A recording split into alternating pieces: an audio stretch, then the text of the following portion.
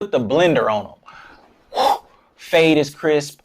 It's just cascades down. You can't even tell where the line started.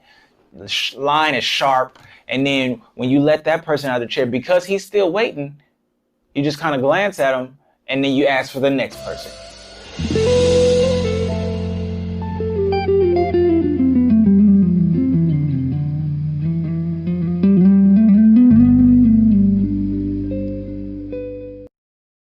Would you like a haircut, sir? And then now that person, he not getting in the chair today, but he's coming next time because he saw that I got hands. But when the excitement of something new wearing off, not the customers seeing that I'm new, but me being new to the industry, when that wears off and the honeymoon phase of barbering starts to dwindle, you get into the reality of what you're doing and where you're doing it at. I was excited and I was able to ignore a lot of things that was wrong. It's almost like being in a bad relationship because you're in the relationship for the wrong reasons or something like that. Like I was in the shop because I was making good money. That's what I was in the shop for. I was in the shop because I was making good money. The shop had a lot of walk-in traffic. It was like paradise for somebody new. But as time went on, it didn't match who I was as a person. This wasn't a team environment. It wasn't a edifying environment. And some stuff be funny, and then some stuff, it's like, why are we talking about this right now? I remember this one time, and this just don't make no sense. Like, here it is, a person has come to this establishment to get a service done by a service provider. He came to get a haircut. He's looking at who's doing haircuts. This one particular guy had a problem with him looking at him, wondering if he was going to be able to get a haircut from him. He says, "You got a problem?" Customer's like, "No, are you cutting hair? Like, can I get a haircut?" He's like, "Well, you're looking at me like you got a problem." And he's on somebody's head, like he's cutting somebody's head. He's cutting somebody's head talking to another customer like this. And this, I was like, what's happening right now? I'm next to him. Like, what is going on right now? All I'm saying, if you're gonna keep looking at me like that, what you're trying to say? Do you need something from me? He's a customer looking for a haircut. What are we doing right now? What is this? What is this? What is this? And so this wasn't the first time. This happened a lot in a lot of different ways. When you have to change the TV station because a nationality walked in that's not yours, why was it on in the first place? Those are questions that I would start to ask myself when we had particular music on, because I didn't control the music. So because we had particular music on, certain people would just feel uncomfortable. It started to wear on me. It didn't matter about how many walk-ins. It didn't matter about how much money at this point. I was making good money, very good money. It was less than a year. Less than a year, I was fed up. I was done with not the shop.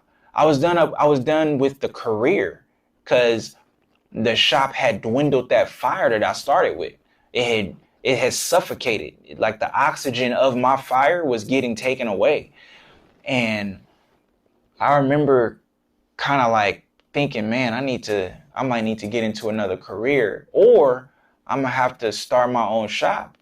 And I didn't have the clientele to go start a shop. I just didn't have it. I knew that, but I couldn't live like this no more. And so the owner of Life Skills 411, You Are a CEO. He had a salon in Vallejo. And because I had gotten into that program in 2007, he had spoken to me about getting into his salon. It was all women. It was across the bridge. I had to pay toll to go to work. It was everything I didn't want. And because I was so fed up with where I was at, I was just like, I'm coming. Sign me up. It was literally probably a year to date. I got hired at my first shop in May of 2007. May 2007. And by June 2008, I was gone. And I left. And I got into an environment that I didn't even think existed when it came to this industry because of what I saw in Barber College, because of what I saw at my first shop, and because of what I saw even growing up. And so I began to work at this company called Jovance, and it was a salon in Vallejo, California. And I was the only man there. That was rough. That was rough. But it was peace. Peace. When I enjoyed going to work and having nothing to do. Like I didn't enjoy having nothing to do, but I enjoyed going to work and I had nothing to do. Like I wasn't cutting yet. I had to build my clientele all over from scratch. I have 4 people that came from my old shop to my new shop because it don't matter why. 4. And then 2 of them had to stop coming because of the distance. And because I had the heart to serve and because I had the mindset to give 100%, I started to do some footwork. Anybody that I cut, it was on. I was going to try and blow your mind with my skill as well as with the environment you were in. Finally, I was in an environment where I could be me. And so it was nice. It was nice being able to be in an environment that fostered the positive within you. So when you think about another level of barbering, when you begin to look into the details of everything that I do at another level of barbering, everything that I've put into the experience that you all have, this is why.